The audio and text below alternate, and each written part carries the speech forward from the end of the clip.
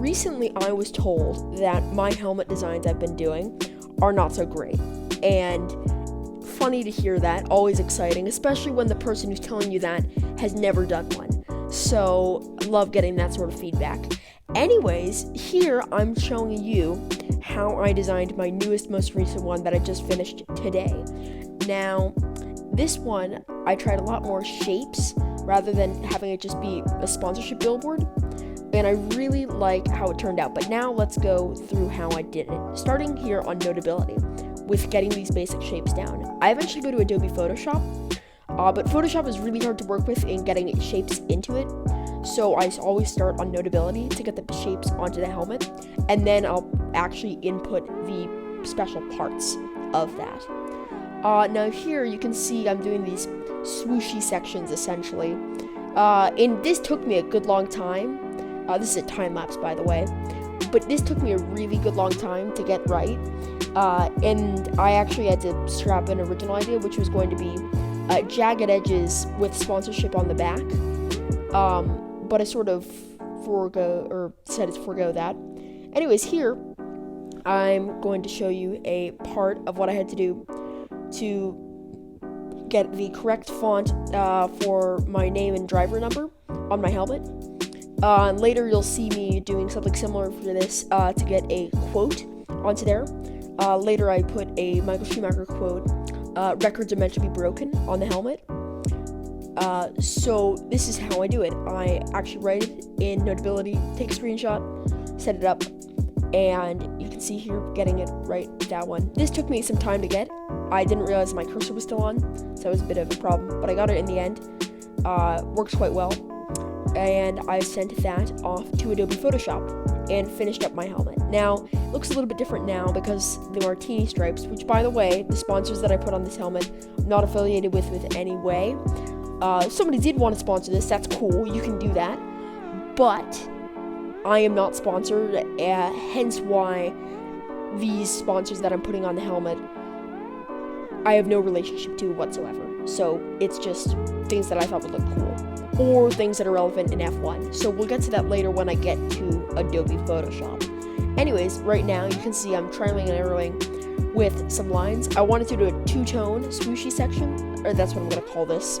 There's no technical term for something like that on the helmet. Maybe some curved lines, I guess, whatever. Anyways, I was trying out to get different colors on there, and it didn't work as well as I had wanted it to. But here you see that I'm trying some different angles, and pretty soon you'll see what I ended up with for this. And now I am here on Adobe Photoshop. So here you can see I am changing the colors of the logos. It's much better to do this and then turn it into a file. I have a whole bunch of sponsorship files, which I use, so turning my driver number and name into a file is the best thing you can do early on with text files like this. It's really important. Now you can see I'm actually taking the color gold and transplanting it onto my helmet from a previous sponsor I used, and I also use the same gold on my name and driver number. So JW67 is what I use in both sim racing and other types of racing. So that's why I use that. Anyways, you can see here that I'm sort of experimenting with different colors in the sections, and I wasn't sure with what to do first, but in the end I decided to go for the martini stripes first, and I sort of committed and said, alright, I'll get that top section done first. Early on I said I wanted to have the top section have a martini stripe on it, and the lower sections would have some sponsors, but you know, the entire thing would be somewhat fluid. And here you can see I'm grabbing the martini colors to put here, and at first you're not really sure what it's going to look like, but then you get better view into it, and after more trial and error I got this mostly done. And yeah, perfect. Now again, this is a base helmet. Maybe you'd use this for, say, the Australian Grand Prix, but even then I have some fun ideas for that. Generally I'd put some graphics in the middle section, which to sort of celebrate the race, and on the top section there's enough room to put these graphics there, and I think it's best to put them on these sections. That's why I left them free of sponsors. Although the middle section has some sponsors, they can be moved around, whereas the lower section sponsors have to sort of stay in one place for the entire season. And yeah, so you can see here that I'm coloring in certain parts of it with the Adobe Photoshop pen.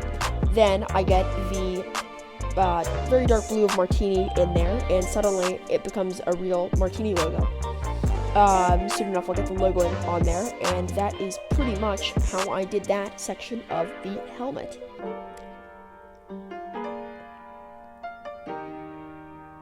Perfect. Okay, and now I've just finished that Martini section. Hopping onto this section, I am just trying what colors I can use. Now, this is, after a little bit of trial and error, I saw what colors I could use, and I wasn't in love with what I had done there, but I wasn't fully committed either, so I wanted to go for some gold on the helmet. So here you can see I'm grabbing my JW logo, which my name, if you don't know, Jack Webb, and the 67, which will pop up in just a second, and I start to place that logo there. This is sort of supposed to be similar to what Jensen Button had on his helmets of the early to mid 2000s. But because the visor is so large on this model of the helmet, it can't be as big as what Jensen did. I'm looking for a different helmet PDF or different helmet base. Eventually, I think I'll be able to get that visor smaller, but I can't do it at the moment. Anyways, here you can see I'm taking the 67, putting that in blue, and putting the base color as that gold, moving that down there, and for sort of removing little parts of it, masking it, and then going to plop it onto that lower gold section.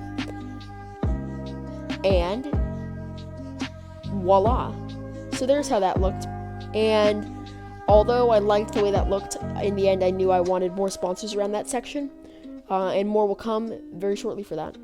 And here I am just tidying up the edges. You want very, very little overhang on that sort of an edge. If you can avoid it, just completely remove it.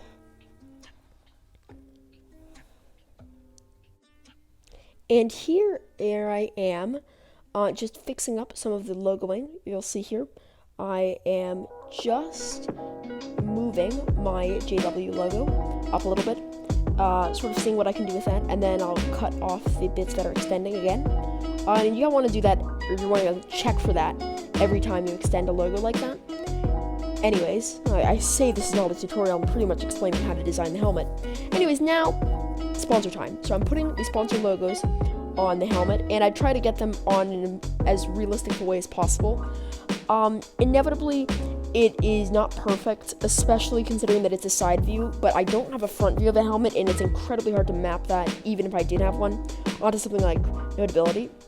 So you can see here I'm using the Hugo Boss logo. Quick reminder, again, I am not affiliated with any of these companies that I do show on this. Very important thing, a very important reminder, just you wouldn't want to have that be confused at this stage of the video. And if you have gotten this far in the video, please drop a like, subscribe, that would be excellent, because as far as I can tell, the YouTube algorithm seems to like that sort of thing. And it would be greatly appreciated if you did. So thank you for all the support that we've been getting, and thank you for all the future support we'll be getting. Let's get back into it. So here I am photoshopping the Hugo Boss logo back into position, and this is a pretty similar position to what I stay with throughout the entire thing, but what I did do is I moved it forward a little bit, and I tried to make it look like it was wrapping around. Didn't do that super well. Okay, as you can see here, I'm just trying it out, seeing what I can do. It took a couple of tries to get it perfect, and even then, it wasn't totally perfect. I'm not super happy with that. Again, it's sort of how I modeled the helmet, and in future, I'm going to try to make that better, but for now, this is what I have, and yeah. So, here we go. I'm just chopping that down to try to make it look like it's going over the edge. Perfect, and yeah.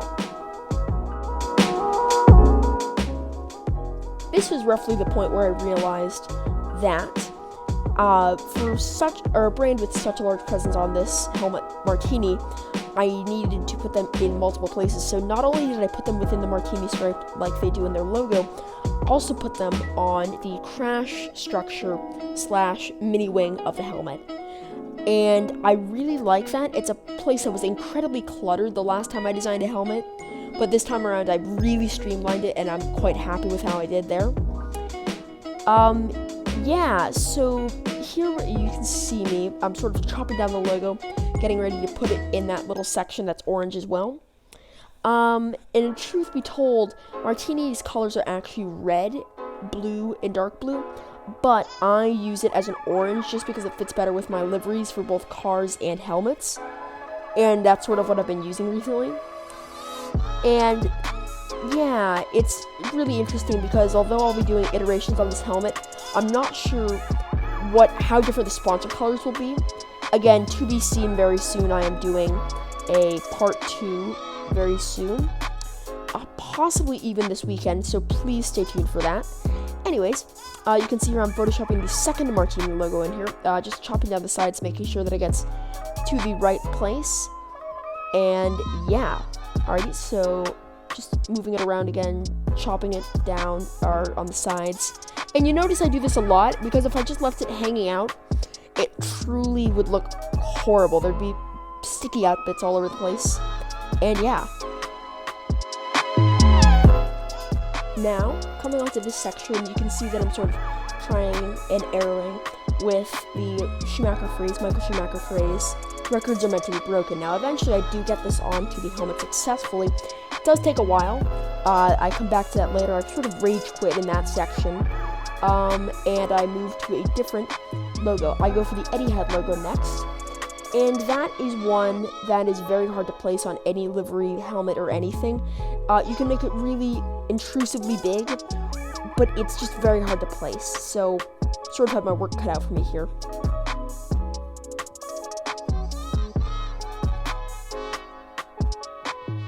And here I am back after getting all these phrases cut back in, and you can see that I added the Ineos logo, the Mild 7 logo, and the records are meant to be broken phrase. All are pretty important to me in general. Phrases that are like, Schumacher being one of my favorite drivers, I thought it'd be cool to put something like that on there. And I'm considering putting quotes on the helmets in the future, especially considering, there are certain races that could do very well with a quote on it, the helmet. Anyways, I think that's about it for the helmet. You can see here that I'm just changing up the font for that. But yeah, I am done with the helmet. So that is the helmet. And yeah, perfect. Overall, I'm quite pleased with how the helmet came out. It is definitely a lot better, big improvement from my last one. I'm not fully committed to the colors. I think they're really good for something like a first race of the season, Bahrain Australian Grand Prix. I think this is pretty much perfect for the Bahrain Grand Prix. I'm not willing to design individual helmets for each races, however, I'm certainly going to try and design a helmet for significant races, British Grand Prix, Japanese Grand Prix, things like that. But anyways, thank you for watching this video. Thank you for subscribing to Technically F1. If you haven't already subscribed, please do. We're trying to get to 10 subscribers, I know, insanity. But if we do get to 10 subscribers, we will be doing a special, probably a live stream, something like that. Very exciting. Anyways, yeah, see you in the next video.